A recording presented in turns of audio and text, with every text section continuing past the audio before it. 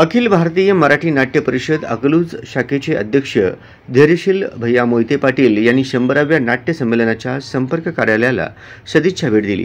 सोलापूरमध्ये 100वे अखिल भारतीय मराठी नाट्य संमेलन होणार आहे। या नाट्य संमेलनाची जय्यत तयारी सुरू आहे।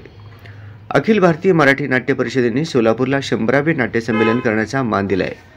हा सोलापूर येथील नाट्य परिषदेच्या सर्व शाखांनी आजतागायत केलेल्या कार्याचा गौरव आहे। सोलापूरचे नाट्य कला क्षेत्रातील योगदान उल्लेखनीय आहे। सोलापूरची नाट्य चळवळ गतिमान होण्यासाठी सोलापूरच्या रंगकर्मींनी मनापासून प्रयत्न केले आहेत, असे गौरवोद्गार त्यांनी काढले। नाट्य संमेलनास सर्वतोपरी सहकार्य करण्याचे आश्वासन त्यांनी याप्रसंगी दिले।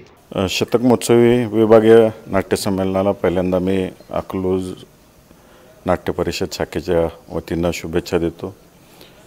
सोलापूर जिल्हावासीय व शहरवासियांना एक मोठी पर्वणी या माध्यमातून मिळत आहे।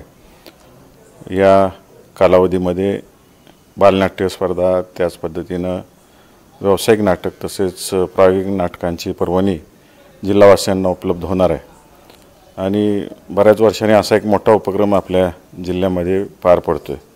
तर सर्व नाट्य रसिकांनी यामध्ये सहभाग नोंदवावा, तसेच बालनाट्य स्पर्धेसाठी सुद्धा मोठ्या प्रमाणात सहभाग नोंदवावा अशी मी सर्वांना विनंती करतो आणि त्याच पद्धतीनं शुभेच्छाही देतो सगळ्यांना की हा महोत्सव एक चांगल्या पद्धतीनं आणि उत्साहाच्या पद्धतीनं साजरा व्हावा।